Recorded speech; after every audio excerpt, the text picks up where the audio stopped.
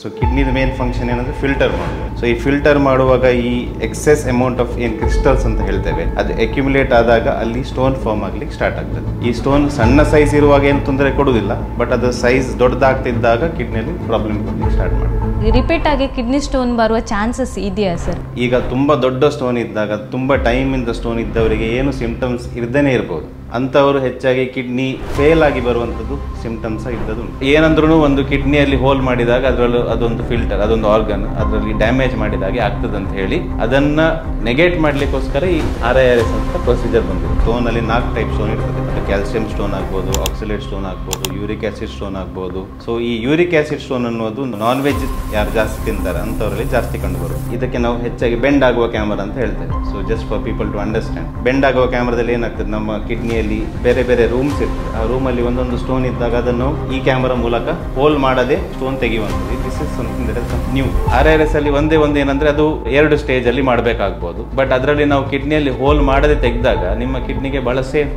If the patient can ಬೇರ್ the pain, ನೋವು ಸಹಿಸಿಕೊಳ್ಳುವಂಥದ್ದು ಶಕ್ತಿ ಇದ್ರೆ ನಾವು ಆದಷ್ಟು ಮೆಡಿಕಲ್ ಥೆರಪಿಯಲ್ಲಿ ಮ್ಯಾನೇಜ್ ಮಾಡಲಿಕ್ಕೆ ಪ್ರಯತ್ನ ಮಾಡ್ತೀವಿ. ಅಕಸ್ಮಾತ್ ಅವರಿಗೆ ನೋವು ತಡ್ಕೊಳ್ಳಿಕ್ಕೆ ಆಗ್ತಾ ಇಲ್ಲ, ತುಂಬ ನೋವಿದ್ದಲ್ಲಿ ಆವಾಗ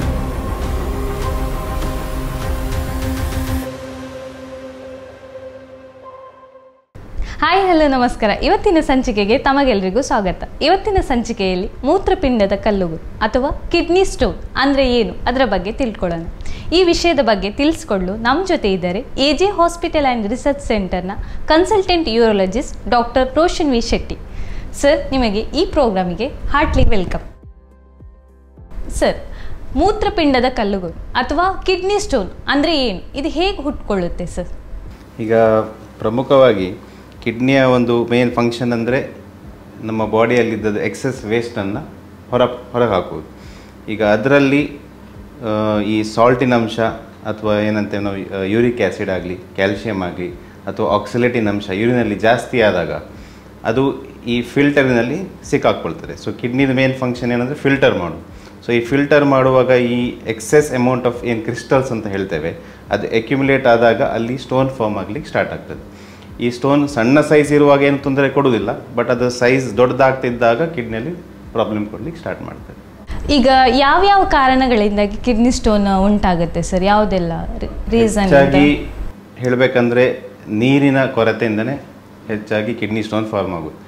ಯಾಕಂದರೆ ಈಗ ನೀರಿನ ಅಂಶ ಕಮ್ಮಿ ಆದಾಗ ಈ ಸಾಲ್ಟ್ ಪ್ರೆಸಿಪಿಟೇಟ್ ಆಗಿ ಕ್ರಿಸ್ಟಲ್ಸ್ ಫಾರ್ಮ್ ಆಗ್ತದೆ. ಸೊ ಮೇನ್ ಕಾರಣ ಒಂದು ನೀರಿನ ಕೊರತೆಯಿಂದಾಗ. ಎರಡನೇದೇನೆಂದರೆ ಈಗ ನಾವು ಫುಡ್ಡಿನಲ್ಲಿ ಪ್ರೋಟೀನಿನ ಅಂಶ ಜಾಸ್ತಿ ತೊಗೊಂಡ್ರೆ ಅಥವಾ ಯಾವುದೇ ಈ ಕ್ರಿಸ್ಟಲ್ ಅಮೌಂಟ್ ಯಾವುದರಲ್ಲಿ ಜಾಸ್ತಿ ಇರ್ತದೆ ಅಂಥ ಫುಡ್ ಏನಾದರೂ ತೊಗೊಂಡಾಗ ಆವಾಗ ಪ್ರೆಸಿಪಿಟೇಟ್ ಆಗಿ ಸ್ಟೋನ್ ಫಾರ್ಮ್ ಆಗುವ ಚಾನ್ಸ್ ಜಾಸ್ತಿ ಆಗ್ತದೆ. ಈಗ ಸಾಮಾನ್ಯವಾಗಿ ಸಿವಿಯರ್ ಹೊಟ್ಟೆ ನೋವು ಬಂತು, ಸೊ ಹಾಗಾಗಿ ಹೋಗಿ ಚೆಕ್ ಮಾಡಿದಾಗ ಕಿಡ್ನಿ ಸ್ಟೋನ್ ಅಂತ ಗೊತ್ತಾಯಿತು ಅಂತ ಸಾಮಾನ್ಯವಾಗಿ ನಾನು ಹೇಳೋದನ್ನು ಕೇಳ್ಪಟ್ಟಿದ್ದೇನೆ. ಸೊ ಹೊಟ್ಟೆ ನೋವು ಒಂದೇ ಕಿಡ್ನಿ ಸ್ಟೋನ್ನ ಸಿಂಪ್ಟಮ್ಸ್ ಅಥವಾ ಯಾವ್ಯಾವ ಸಿಂಪ್ಟಮ್ಸ್ ಎಲ್ಲ ಕಿಡ್ನಿ ಸ್ಟೋನಲ್ಲಿ ಕಾಣಿಸ್ಕೊಳ್ಳುತ್ತೆ ಸರ್? ಈಗ ಅರ್ಲಿ ಸಿಂಪ್ಟಮ್ಸ್ ಅಂದರೆ ಹೆಚ್ಚಾಗಿ ಈಗ ಸಣ್ಣ ಸ್ಟೋನ್ ಇದ್ದಾಗ ಹೆಚ್ಚಾಗಿ ಬರುವಂಥದ್ದು ಸಿಂಪ್ಟಮ್ ಏನಂದರೆ ಹೊಟ್ಟೆ ನೋವು, ಹೊಟ್ಟೆಗಿಂತ ಜಾಸ್ತಿ ಬೆನ್ನು ನೋವು ಅಂತ ಹೇಳ್ತಾರೆ. ಅದು ಮೊದಲನೇ ಸಿಂಪ್ಟಮ್. ಅದಾದ ಕೆಲವರಿಗೆ ಹೊಟ್ಟೆ ನೋವು ಇಲ್ಲದೇ ಇದ್ರೂ ವಾಂತಿ ಬರೋದು, ಜ್ವರ ಬರುವುದು, ಅಥವಾ ಯೂರಿನ್ ಮಾಡುವಾಗ ಬ್ಲಡ್ ಹೋಗುವಂಥದ್ದು, ಅಥವಾ ಯೂರಿನ್ ಮಾಡಲಿಕ್ಕೆ ತೊಂದರೆ, ಮೇ ಬಿ ಯೂರಿನರಿ ಸಿಂಪ್ಟಮ್ಸ್ ಅಂತ ಹೇಳ್ತೇವೆ. ಅಂಥದ್ದೆಲ್ಲ ಬಂದಾಗ ನಾವು ಸಸ್ಪೆಕ್ಟ್ ಮಾಡ್ತೇವೆ ಸ್ಟೋನ್ ಇರ್ಬೋದು ಅಂತ ಹೇಳಿ. ಈಗ ತುಂಬ ದೊಡ್ಡ ಸ್ಟೋನ್ ಇದ್ದಾಗ, ತುಂಬ ಟೈಮಿಂದ ಸ್ಟೋನ್ ಇದ್ದವರಿಗೆ ಏನು ಸಿಂಪ್ಟಮ್ಸ್ ಇರ್ದೇನೆ ಇರ್ಬೋದು. ಅಂಥವರು ಹೆಚ್ಚಾಗಿ ಕಿಡ್ನಿ ಫೇಲ್ ಆಗಿ ಬರುವಂಥದ್ದು ಸಿಂಪ್ಟಮ್ಸ ಇದ್ದದ್ದು ಉಂಟು. ಈಗ ಯಾವ ಏಜಿನವರಿಗೆ ಜಾಸ್ತಿ ಕಿಡ್ನಿ ಸ್ಟೋನ್ ಬರುತ್ತೆ ಅಂದರೆ, ಈಗ ಒಬ್ಬರ ಮನೆಯಲ್ಲಿ ಅವರ ತಂದೆಗೋ ತಾಯಿಗೋ ಇದ್ದು ಮಕ್ಕಳಿಗೆ ಬರುವಾಗ ಹೆರಿಡಿಟಿಯಾಗಿ ಬರ್ಬೋದಾ ಅಥವಾ ಫುಡ್ಡಿಂದ ಅಥವಾ ಈಗಿನ ಲೈಫ್ ಸ್ಟೈಲಿಂದಾಗಿ ಕಿಡ್ನಿ ಸ್ಟೋನ್ ಬರ್ಬೋದಾ ಸರ್? ಈಗ ಏಜ್ ಸ್ಪೆಸಿಫಿಕ್ ಅಂತ ಇಲ್ಲ. ಸಣ್ಣ ಮಕ್ಕಳಲ್ಲಿ ಸ್ಟೋನ್ ಕಂಡು ಬಂದದ್ದು ಉಂಟು, ಹಾಗೆ ದೊಡ್ಡವರಲ್ಲಿ ಸಹ ಸ್ಟೋನ್ ಕಂಡು ಅದು ಕಾಮನ್. ಈಗ ಹೆರಿಡಿಟ್ರಿ ರೀಸನ್ಸ್ ಇರ್ಬೋದು. ಒಂದೇ ಮನೇಲಿ ಇರುವಾಗ ಆಹಾರ ಒಂದೇ ಇರ್ತದೆ. ಸೊ ಅವರೆಲ್ಲ ಅದೇ ಆಹಾರ ಸೇವನೆ ಮಾಡಿದಾಗ ಹೆಚ್ಚಿನಾಗಿ ಫ್ಯಾಮಿಲಿಯಲ್ಲಿ ರನ್ ಆಗ್ತದಂತ ಈ ಹಿಸ್ಟ್ರಿ ಅಂತ ಹೇಳ್ತಾರೆ. That's about it. ಅಂದರೆ ಹೆಚ್ಚಾಗಿ ಯಾವ ಏಜ್ ಗ್ರೂಪಲ್ಲಿನೂ ಸ್ಟೋನ್ ಕಂಡು ಬರೋದು ಕಾಮನ್ಲಿ ಸೀನ್ ಇನ್ ಅಡಲ್ಟ್ಸ್. ಸಣ್ಣ ಮಕ್ಕಳಲ್ಲೂ ಕಂಡು ಬಂದದ್ದು ಇದೆ.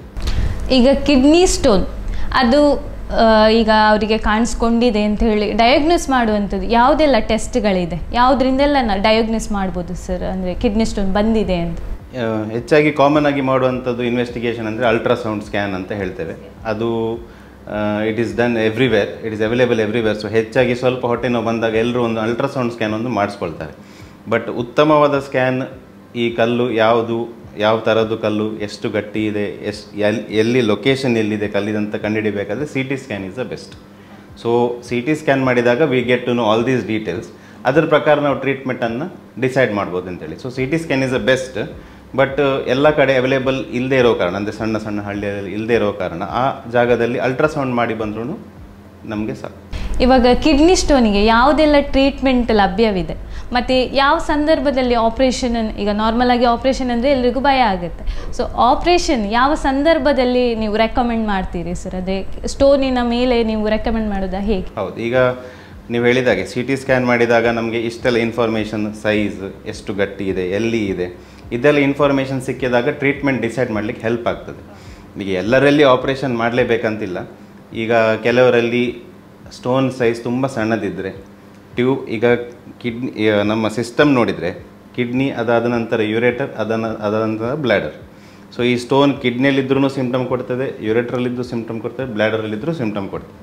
ಈಗ ಸಣ್ಣ ಸ್ಟೋನ್ ಯುರೇಟ್ರಲ್ಲಿ ಬಂದು ಸ್ಟಕ್ ಆದಾಗ ಯೂಶ್ವಲ್ ಕ್ರೈಟೀರಿಯಾ ಗೈಡ್ಲೈನ್ಸ್ ಏನಂದರೆ ಒಂದು 5 to 6 mm ಅಥವಾ 7 mm ತನಕ ನಾವು ಮೆಡಿಕಲ್ ಥೆರಪಿ ಕೊಟ್ಟು ಸ್ಟೋನನ್ನು ಫ್ಲಶ್ ಔಟ್ ಥೆರಪಿ ಅಂತ ಕೇಳಿರ್ಬೋದು ನೀವು. ಸೊ ಗ್ಲೂಕೋಸ್ ಎಲ್ಲ ಕೊಟ್ಟು ಸ್ವಲ್ಪ ಸ್ಟೋನನ್ನು ಫ್ಲಶ್ ಮಾಡಲಿಕ್ಕೆ ಹೆಲ್ಪ್ ಮಾಡ್ತದೆ. ಈಗ ಆ ಸಂದರ್ಭದಲ್ಲಿ ಎಲ್ಲರಿಗೂ ಮೆಡಿಕಲ್ ಥೆರಪಿನೇ ವರ್ಕ್ ಆಗ್ತದೆ ಅಂತ ಹೇಳಲಿಕ್ಕೆ ಆಗೋದಿಲ್ಲ. ಒಬ್ಬೊಬ್ಬರದ್ದು ಯುರೇಟರ್ ಟ್ಯೂಬಿನ ಸೈಜು ಸಣ್ಣದಿದ್ದಲ್ಲಿ 4 mm ಸ್ಟೋನ್ ಹೋಗಲಾರ್ದಿದ್ದುಂಟು. ಅದೇ ಥರದ್ದು ಕೆಲವರಿಗೆ 10 mm ಸ್ಟೋನ್ ಈಸಿಯಾಗಿ ಪಾಸ್ ಆಗಿದ್ದು ಉಂಟು. So it depends from person to person and also stone size. ಈಗ ಸ್ಟೋನ್ ಸಣ್ಣದಿದ್ದರೆ we can give it medical therapy ಕೊಟ್ಟು ಹೊರಗೆ ಇದು ಮಾಡ್ಬೋದು. ಇನ್ನು ಕಿಡ್ನಿಯಲ್ಲಿ ಸಣ್ಣ ಸ್ಟೋನ್ಲಿದ್ದಾಗ ಹೊರಗಡೆಯಿಂದನೇ ಬ್ಲಾಸ್ಟ್ ಮಾಡಿ ತೆಗೆಯುವಂಥ ಒಂದು treatment shock wave therapy, ESWL ಅಂತ ಹೇಳ್ತೇವೆ, ಅದೊಂದು ಟ್ರೀಟ್ಮೆಂಟ್ ಇದೆ. These are all non surgical treatments ಅಂತೇಳಿ.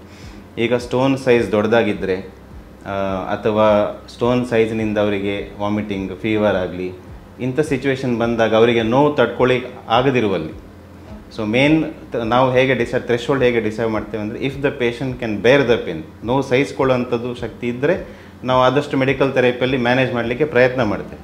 ಅಕಸ್ಮಾತ್ ಅವರಿಗೆ ನೋವು ತಡ್ಕೊಳ್ಳಿಕ್ಕೆ ಆಗ್ತಾ ಇಲ್ಲ, ತುಂಬ ನೋವಿದ್ದಲ್ಲಿ ಆವಾಗ ಸರ್ಜಿಕಲ್ ಥೆರಪಿ ಅಂತ ಹೇಳ್ತೇವೆ. ಈಗ ಸರ್ಜರಿ ಅಂದರೆ ಮುಂಚಿನ ಥರ ದೊಡ್ಡ ಗಾಯ ಮಾಡಿ ಏನು ಓಪನ್ ಮಾಡಿ ತೆಗೆಯುವುದಂಥದ್ದು ಇಲ್ಲ. ಈಗ ಹೆಚ್ಚಾಗಿ ನಾವು ನೋಡುವಂಥದ್ದು ಯುರೆಟ್ರೋಸ್ಕೋಪಿ ಅಂತ ಹೇಳ್ತೇವೆ. That is nothing but A camera, endoscope camera. ಅದನ್ನು ಮೂತ್ರನಾಳದ ರೂಟಲ್ಲಿ ತೊಗೊಂಡೋಗಿ ಯುರೆಟ್ರನ್ನ ಒಳಗಡೆ ಹೋಗಿ ಲೇಸರ್ನಲ್ಲಿ ಬ್ಲಾಸ್ಟ್ ಮಾಡುವಂಥದ್ದು. ಅದೇ ಥರ ಸ್ವಲ್ಪ ಸ್ಟೋನ್ ದೊಡ್ಡದಿದ್ದಲ್ಲಿ, ಕಿಡ್ನಿಯಲ್ಲಿ ದೊಡ್ಡ ಸ್ಟೋನ್ ಇದ್ದಲ್ಲಿ ನಾವು PCNL ಅಂತ ಹೇಳ್ತೇವೆ. ಅದು ಏನಂದರೆ ನಾವು ಕಿಡ್ನಿಯಲ್ಲಿ ಡೈರೆಕ್ಟ್ ಸಣ್ಣ ಹೋಲ್ ಮಾಡಿ ಸ್ಟೋನ್ ತೆಗೆಯುವಂಥದ್ದು. So these are the various treatment options. ಈಗ ಇದರಲ್ಲೆಲ್ಲ ಹೊಸದಾಗಿ ಬಂದಿರೋದು RIRS ಅಂತ ಹೇಳಿ. RIRS ಅಂದರೆ ರೆಟ್ರೋಗ್ರೇಡ್ ಇಂಟ್ರಾರಿನಲ್ ಸರ್ಜರಿ ಅಂತ. ಅದು it's a type of endoscopy where we don't make ಯಾವುದು ಹೋಲ್ ಮಾಡಲಾರ್ದೇ ತೆಗೆಯುವಂಥದ್ದು. ನಮ್ಮ ನಾರ್ಮಲ್ ಯೂರಿನರಿ ಪ್ಯಾಸೇಜಲ್ಲೇ ಹೋಗಿ ಕಿಡ್ನಿ ಒಳಗಡೆಯಿಂದ ಸಣ್ಣ ಸಣ್ಣ ಸ್ಟೋನ್ಸನ್ನು ಇದಕ್ಕೆ ನಾವು ಹೆಚ್ಚಾಗಿ ಬೆಂಡ್ ಆಗುವ ಕ್ಯಾಮರಾ ಅಂತ ಹೇಳ್ತೇವೆ. So just for people to understand, bend ಆಗುವ ಕ್ಯಾಮ್ರಾದಲ್ಲಿ ಏನಾಗ್ತದೆ, ನಮ್ಮ ಕಿಡ್ನಿಯಲ್ಲಿ ಬೇರೆ ಬೇರೆ ರೂಮ್ಸ್ ಇರ್ತದೆ. ಆ ರೂಮಲ್ಲಿ ಒಂದೊಂದು ಸ್ಟೋನ್ ಇದ್ದಾಗ ಅದನ್ನು ಈ ಕ್ಯಾಮರಾ ಮೂಲಕ ಹೋಲ್ ಮಾಡದೆ ಸ್ಟೋನ್ ತೆಗೆಯುವಂಥದ್ದು. This is something that has come new, ಈಗ ಬಂದದ್ದು. ಹೌದು ಸರ್, ನೀವು ಇವಾಗ ಹೇಳಿದ್ರಿ ಸರ್ಜರಿದು ಟೈಪ್ಸ್ RIRS ಆ್ಯಂಡ್ PCNL ಅಂದರೆ ಏನು, ಯಾವ ಸಂದರ್ಭದಲ್ಲಿ ಈ ಸರ್ಜರಿನ ನೀವು ರೆಕಮೆಂಡ್ ಮಾಡ್ತೀರಿ ಸರ್? ಈಗ ಇದು ನಾನ್ ಇನ್ವೇಸಿವ್ ಸರ್ಜರಿ ಅಂತಲೇ ಹೇಳ್ಬೋದು. ಮುಂಚಿನ ಕಾಲದಲ್ಲಿ ಓಪನ್ ಸರ್ಜರಿ ಅಂತ ಮಾಡ್ತಿದ್ರು. ಕಿಡ್ನಿಯ ಸ್ಟೋನ್ ಆಗಲಿ, ದೊಡ್ಡ ಅಥವಾ ಯುರೆಟರಿನಲ್ಲಿ ಸ್ಟೋನ್ ಇದ್ರೂ ಅದನ್ನು ದೊಡ್ಡ ಗಾಯದಲ್ಲಿ ಓಪನ್ ಮಾಡಿ ಮುಂಚೆ ತೆಗಿತಿದ್ರು. ಅದಾದ ನಂತರ ಈ ಶಾಕ್ ವೇವ್ ಲಿಥೋಟ್ರಿಪ್ಸಿ ಅಂತ ಬಂತು, ಅಂದರೆ ಬ್ಲಾಸ್ಟ್ ಮಾಡಿ ತೆಗೆಯುವುದಂತು. ಅದಾದ ನಂತರ ಯುರೆಟ್ರೋಸ್ಕೋಪಿ ಅಂತ ಬಂತು. ಈಗ ಈ ಯುರೆಟ್ರೋಸ್ಕೋಪಿಯಲ್ಲಿ ಸ್ವಲ್ಪ ಅಡ್ವಾನ್ಸ್ಡ್ ಅಂದರೆ RIRS ಅಂತ ಹೇಳಿ. ಈಗ RIRS ಅಂದರೆ ಏನು, ಕಿಡ್ನಿಯಲ್ಲಿ 2 ರಿಂದ 1.5 ಸೆಂಟಿಮೀಟರ್ಗಿಂತ ಸಣ್ಣ ಸ್ಟೋನ್, ತುಂಬ ಹಾರ್ಡಿರಬಾರ್ದು. ಈ ಸಿಚುವೇಷನಲ್ಲಿ ಈ ಫ್ಲೆಕ್ಸಿಬಲ್ ಯುರೆಟ್ರೋಸ್ಕೋಪ್ ಅಂತ ಹೇಳ್ತೇವೆ. ಫ್ಲೆಕ್ಸಿಬಲ್ ಅಂದರೆ ಯೂಶಲಿ ಬೆಂಡ್ ಆಗುವಂಥದ್ದು ಅಂತೇಳಿ. ಸೊ ನಾರ್ಮಲ್ ನಾವು ಏನು ಮುಂಚೆ ಯುರೆಟ್ರೋಸ್ಕೋಪಿ ಯೂಸ್ ಮಾಡ್ತಿದ್ವಿ ಅದು ರಿಜಿಡ್. ಸೊ ಅದರಲ್ಲಿ ನಾವು ಕಿಡ್ನಿ ಒಳಗಡೆ ಹೋಗಿ ಆಪರೇಷನ್ ಮಾಡಲಿಕ್ಕೆ ಸ್ವಲ್ಪ ಕಷ್ಟ. ಸೊ ಈ ಫ್ಲೆಕ್ಸಿಬಲ್ ಯುರೆಟ್ರೋಸ್ಕೋಪಿ ಅಂತ ಏನು ಹೇಳ್ತೇವೆ, ದ್ಯಾಟ್ ಆ ಬೆಂಡ್ ಆಗುವ ಕ್ಯಾಮರಾದಲ್ಲಿ we can go to different rooms in the kidney and ಸ್ಟೋನನ್ನು ಪುಡಿ ಮಾಡ್ಬೋದು ಅಂತ ಹೇಳಿ. ಅದಕ್ಕೆ ಒಂದೇ ಒಂದು ರಿಕ್ವೈರ್ಮೆಂಟ್ ಅಂದರೆ ಒಂದು ಸ್ಟೆಂಟ್ ಹಾಕಿರ್ಬೇಕಂತ ಹೇಳಿ. ಈಗ ಯಾಕೆ ಸ್ಟೆಂಟ್ ಹಾಕ್ತೇವೆ ಅಂದರೆ ಈ ಯುರೇಟರ್ ಅಂತ ಏನು ಹೇಳ್ತೇವೆ ಟ್ಯೂಬ್, ಸೊ ಎಂಡೋಸ್ಕೋಪಿ ಮಾಡುವಾಗ ಆ ಟ್ಯೂಬ್ ಅಷ್ಟು ಅಗಲವಿರೋದಿಲ್ಲ. ಈ ನಮ್ಮ ಫ್ಲೆಕ್ಸಿಬಲ್ ಕ್ಯಾಮರಾ ಒಳಗೆ ಹೋಗಿ ಬೆಂಡ್ ಆಗುವಷ್ಟು ಅಗಲ ಇರುವುದಿಲ್ಲ ಅದು.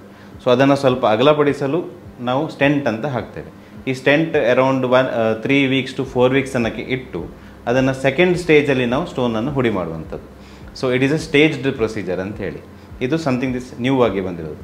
ಇನ್ನೊಂದು PCNL ಅಂತ ಹೇಳ್ತೇವೆ, ದಟ್ ಈಸ್ ಯೂಶ್ವಲಿ 1.5 ಅಥವಾ 2 ಸೆಂಟಿಮೀಟರ್ಗಿಂತ ದೊಡ್ಡ ಸ್ಟೋನ್ ಇದ್ದಲ್ಲಿ, ಅತಿಯಾಗಿ ಗಟ್ಟಿಯಾದ ಸ್ಟೋನ್ ಇದ್ದಲ್ಲಿ, ಅಥವಾ ಕೆಲವು ಸತಿ ಇಡೀ ಕಿಡ್ನಿಯಲ್ಲಿ ಸ್ಟೋನೇ ತುಂಬಿರ್ತದೆ, ಅಂಥ ಸಿಚುವೇಷನಲ್ಲಿ RIRS ಉಪಯುಕ್ತ ಅಲ್ಲ ಅಷ್ಟು. ಆವಾಗ ನಾವು PCNL ಅಂತ ಹೇಳ್ತೇವೆ. ಈಗ PCNL ಅಂದರೆ ಏನು, ನಾವು ಈಗ ಕಿಡ್ನಿಯಲ್ಲಿ ಒಂದು ಸಣ್ಣ ಸೈಜಿನಷ್ಟು ಗಾತ್ರದಲ್ಲಿ ಒಂದು ಹೋಲ್ ಮಾಡಿ ಅದರಲ್ಲಿ ನಾವು ಡೈರೆಕ್ಟ್ ಲಿಥೋಟ್ರಿಪ್ಟರ್ ಅಂತ ಹೇಳ್ತೇವೆ, ಅದು ಬ್ಲಾಸ್ಟ್ ಮಾಡಿ ತೆಗೆಯುವುದಂತ. ಸೊ ದೊಡ್ಡ ದೊಡ್ಡ ಸ್ಟೋನನ್ನು ಸಣ್ಣ ಸಣ್ಣ ಪೀಸ್ ಮಾಡಿ ಆ ಹೋಲಿನಿಂದ ತೆಗೆಯುವುದು. ಈ ಪ್ರೊಸೀಜರ್ ಸಿಂಗಲ್ ಸ್ಟೇಜ್ ಅಥವಾ 2 ಸ್ಟೇಜಲ್ಲಿ ಮಾಡ್ತೇವೆ. ಬಟ್ ಅದು ಸ್ಟೋನ್ ಸೈಜ್ ದೊಡ್ಡದಿದ್ರೆ ಅಷ್ಟೇ ಮಾಡುವಂಥ ಸರ್ಜರಿ ಅದು. ಈಗ ಎರಡರದ್ದು ಬೆನಿಫಿಟ್ ನೋಡ್ಲಿಕ್ಕೆ ಹೋದರೆ ನಾವು always RIRS is better than PCNL ಅಂತ ಹೇಳಿ ಫಾರ್ 1.5 to 2 centimeter ಸ್ಟೋನ್. ಯಾಕಂದರೆ ಮುಂಚೆ ಅದಕ್ಕೂ ಕಿಡ್ನಿಯಲ್ಲಿ ಹೋಲ್ ಮಾಡಿ ತೆಗಿತಿದ್ರು. ಈಗ ಇದು ಬಂದ ನಂತರ we are not doing PCNL for ಆ ಸೈಜ್ ಸ್ಟೋನಿಗೆ PCNL ಮಾಡಬೇಕಂತಿಲ್ಲ. ಯಾಕೆ ಅಂದರೆ ಈಗ PCNL ಮಾಡುವ ಕಿಡ್ನಿ ಈಸ್ ಅ ಫಿಲ್ಟರ್. ಈ ಫಿಲ್ಟರ್ನಲ್ಲಿ every minute 100 ml to 120 ml of blood every minute filter ಆಗ್ತಿರ್ತದೆ. ಸೊ ಈ ಫಿಲ್ಟರ್ ಆಗುವ ಒಂದು ಆರ್ಗನಿಗೆ ನಾವು ಹೋಲ್ ಮಾಡಿದರೆ ಹೇಗಿರ್ತದೆ, it will keep bleeding. So ಈ ಬ್ಲೀಡಿಂಗ್ ಚಾನ್ಸಸ್ ಇರ್ತದೆ. ಹಾಗಂತೇಳಿ ಅದು ಮಾಡಲೇಬಾರ್ದಂತಲ್ಲ. It is a procedure which has stood the test of time. ಅಂದರೆ ಭಾಳ ವರ್ಷದಿಂದ ಮಾಡಿ ಬಂದಂಥ ಪ್ರೊಸೀಜರ್ ಅದು. ಏನಂದರೆ ಈಗ ಅದನ್ನು ಮುಂಚೆ ದೊಡ್ಡ ಹೋಲ್ ಮಾಡ್ತಿದ್ರು, ಈಗ ಸಣ್ಣ ಸಣ್ಣ ಹೋಲ್ ಆಗ್ತಾ ಬಂದಿದೆ ಈಗ. ಬಟ್ ಏನಂದ್ರೂ ಒಂದು ಕಿಡ್ನಿಯಲ್ಲಿ ಹೋಲ್ ಮಾಡಿದಾಗ ಅದರಲ್ಲೂ ಅದೊಂದು ಫಿಲ್ಟರ್, ಅದೊಂದು ಆರ್ಗನ್ ಅದರಲ್ಲಿ ಡ್ಯಾಮೇಜ್ ಮಾಡಿದಾಗೆ ಆಗ್ತದಂತ ಹೇಳಿ ಅದನ್ನು ನೆಗೆಟ್ ಮಾಡಲಿಕ್ಕೋಸ್ಕರ ಈ RIRS ಅಂತ ಪ್ರೊಸೀಜರ್ ಬಂದಿರೋದು. So that is the advantage. ಇನ್ನೊಂದು ಏನಂದರೆ ಈಗ PCNL ಆದ ನಂತರ ಕೆಲವರಿಗೆ ಬ್ಲೀಡಿಂಗ್ ಆಗುವ ಚಾನ್ಸ್ ಇರ್ತದೆ. ಸೊ ಬ್ಲಡ್ ಕೊಡಬೇಕಾಗ್ಬೋದು, ಹಾಸ್ಪಿಟಲ್ ಸ್ಟೇ ಸ್ವಲ್ಪ ಎಕ್ಸ್ಟೆಂಡ್ ಆಗ್ಬೋದು. But this are all part of the surgery, complication as a part of complication ಅಂತ ಹೇಳ್ಬೋದು. ಬಟ್ RIRS ಅಲ್ಲಿ ಇವೆಲ್ಲ ಕಾಂಪ್ಲಿಕೇಶನ್ಸ್ ಕಮ್ಮಿ. RIRS ಅಲ್ಲಿ ಒಂದೇ ಏನಂದರೆ ಅದು 2 ಸ್ಟೇಜಲ್ಲಿ ಮಾಡಬೇಕಾಗ್ಬೋದು. ಸೊ ಹೆಚ್ಚಿನವರಿಗೆ 2 ಸತಿ ಹಾಸ್ಪಿಟ್ಲಿಗೆ ಬರಬೇಕು, 2 ಅನಸ್ತೇಷಿಯಾ ಹಾಗೆ ಅಂದ್ಕೊಳ್ತಾರೆ. ಬಟ್ ಅದರಲ್ಲಿ ನಾವು ಕಿಡ್ನಿಯಲ್ಲಿ ಹೋಲ್ ಮಾಡದೆ ತೆಗೆದಾಗ ನಿಮ್ಮ ಕಿಡ್ನಿಗೆ ಭಾಳ ಸೇಫ್ ಅದು. ಈಗ PCNL ಅನಿವಾರ್ಯತೆ ಬಂದಾಗ PCNL ಮಾಡಲೇಬೇಕಾಗ್ತದೆ, ಹಾಗಂತ PCNL ಮಾಡಲೇಬಾರ್ದಂತಲ್ಲ. ಬಟ್ ಸ್ಟೋನ್ ಸೈಜ್ ದೊಡ್ಡದಿದ್ದಾಗ, ಇನ್ಫೆಕ್ಷನ್ ಇದ್ದಾಗ, ಆ ಥರ ಇದ್ದಾಗ PCNL is a better option ಅಂತ ಹೇಳಿ. ಹೆಚ್ಚಾಗಿ ಜನರು ನೋವು ಅಂದರೆ ಹೆದರ್ತಾರೆ. ಈಗ ಕಿಡ್ನಿ ಸ್ಟೋನ್ ಅಂದರೆ ಸಿವಿಯರ್ ನೋವಿರುತ್ತೆ ಅಂತ ಎಲ್ಲ ಹೇಳ್ತಾರೆ. ಸೊ ಎಷ್ಟು ಪ್ರಮಾಣದಲ್ಲಿ ನೋವಿರುತ್ತೆ ಸರ್? ಮತ್ತು ಈಗ ಸರ್ಜರಿ ಆದಮೇಲೆ ಅವರಿಗೆ ಎಷ್ಟು ಬೇಗ ಗುಣ ಆಗ್ತಾರೆ ಆ ನೋವಿಂದ? ಈ ನೋವು ಏನು ಹೇಳ್ತೇವೆ ಅದು depends on lot of factors. ಈಗ ಕೆಲವರಿಗೆ ನ್ಯಾಚುರಲ್ ಆಗಿ ಥ್ರೆಶೋಲ್ಡ್ ಸ್ವಲ್ಪ ಜಾಸ್ತಿನೇ ಇರ್ತದೆ, ಕೆಲವರಿಗೆ ಅಷ್ಟು ಬೇಗ ನೋವು ಆಗೋದಿಲ್ಲ, ಕೆಲವರಿಗೆ ಸಣ್ಣ ಸ್ಟೋನ್ ಇದ್ರೂ ನೋವಾಗ್ತದೆ. So it depends on the location of the stone. ಈಗ ನಾನೇನು ಹೇಳಿದೆ, ಟ್ಯೂಬಲ್ಲಿ ಬಂದು ಸಿಕ್ಕಾಕೊಂಡಾಗ ತುಂಬ ನೋವು ಕೊಡ್ತದೆ. ಯಾಕಂದರೆ ಮೂತ್ರ ಏನು ಕಿಡ್ನಿಯಲ್ಲಿ ಪ್ರೊಡಕ್ಷನ್ ಆಗಿ ಈ ಟ್ಯೂಬಲ್ಲಿ ಹೊರಗಡೆ ಬರುವಾಗ ಅದು ಸ್ಟೋನ್ ಅಡ್ಡ ಆದಾಗ ಏನಾಗ್ತದೆ, ಈ ಮೂತ್ರ ಹೊರಗಡೆ ಬರಲಿಕ್ಕೆ ಆಗೋದಿಲ್ಲ. ಸೊ ಆ ಪ್ರೆಷರಿಗೆ ಅವರಿಗೆ ನೋವು ಸ್ಟಾರ್ಟ್ ಆಗ್ತದೆ. ಸಣ್ಣ ಸ್ಟೋನ್ ಇದ್ದಾಗ ಆ ಪ್ರೆಷರಿಗೆ ಸ್ಟೋನ್ ಹೊರಗಡೆ ಹೋಗುವ ಚಾನ್ಸ್ ಇರ್ತದೆ. ಬಟ್ ಸ್ವಲ್ಪ ಸ್ಟೋನ್ ಸೈಜ್ ದೊಡ್ಡದಾದಾಗ ಅದು ಅಲ್ಲಿ ಸ್ಟಕ್ ಆದಾಗ ಆವಾಗ ನೋವು ಜಾಸ್ತಿ ಆಗ್ತದೆ. ಸೊ ಅದು ಹೆಚ್ಚಾಗಿ ಬೆನ್ನಿಗೆ ಚುಚ್ಚುವಂಥ ನೋವು ಅಂತ ಹೇಳ್ತಾರೆ, ಅಷ್ಟು ಡಿಸ್ಕ್ರೈಬ್ ಮಾಡ್ತಾರೆ. ಸೊ ಸರ್ಜರಿ ಮಾಡಿದ ನಂತರ ಈ ಸಪೋಸ್ ನಾವು RIRS ಅಂತ ಏನು ಹೇಳಿದ್ದೇವೆ ಅದು ಮಾಡಿದ ನಂತರ ಆಲ್ಮೋಸ್ಟ್ ನೆಕ್ಸ್ಟ್ ಡೇನೇ ಅವರ ಪೇನ್ ರಿಲೀಫ್ ಆಗ್ತದೆ. ಆ್ಯಂಡ್ ಅದರ ನೆಕ್ಸ್ಟ್ ಡೇನೇ ನಾವು ಮನೆಗೆ ಕಳಿಸ್ತೇವೆ. So that is the advantage ಅಂತೇಳಿ. ಸರ್ಜರಿ ಆದಮೇಲೆ ಸರ್ ಅವರು ಈಗ ಕಿಡ್ನಿ ಸ್ಟೋನ್ ಇತ್ತು, ಸರ್ಜರಿ ಆಯಿತು, ಅದ್ರ ಮೇಲೆ ಅವ್ರು ಯಾವ ರೀತಿಯ ಕಾಳಜಿ ವಹಿಸ್ಬೇಕು ಅವ್ರದ್ದು ಬಾಡಿ ಮೇಲೆ ಸರ್ಜರಿಯ ನಂತರ? ಹೌದು. ಸೊ ಈಗ ಹೆಚ್ಚಾಗಿ ನಾವು ಸರ್ಜರಿ ನಂತರ ಫುಡ್ಡಲ್ಲಿ ಸ್ವಲ್ಪ ವ್ಯತ್ಯಾಸ ಮಾಡಬೇಕಂತ ಹೇಳ್ತೇವೆ.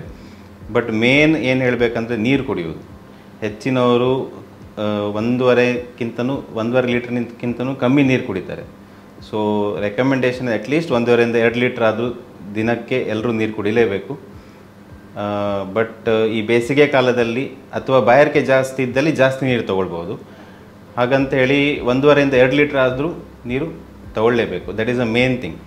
ನೆಕ್ಸ್ಟ್ ನಾವು ಆಹಾರದಲ್ಲಿ ಸ್ವಲ್ಪ ಈಗ ಯೂರಿಕ್ ಆ್ಯಸಿಡ್ ಟೈಪ್ ಸ್ಟೋನ್, ಈಗ ಸ್ಟೋನಲ್ಲಿ 4 ಟೈಪ್ ಸ್ಟೋನ್ ಇರ್ತದೆ.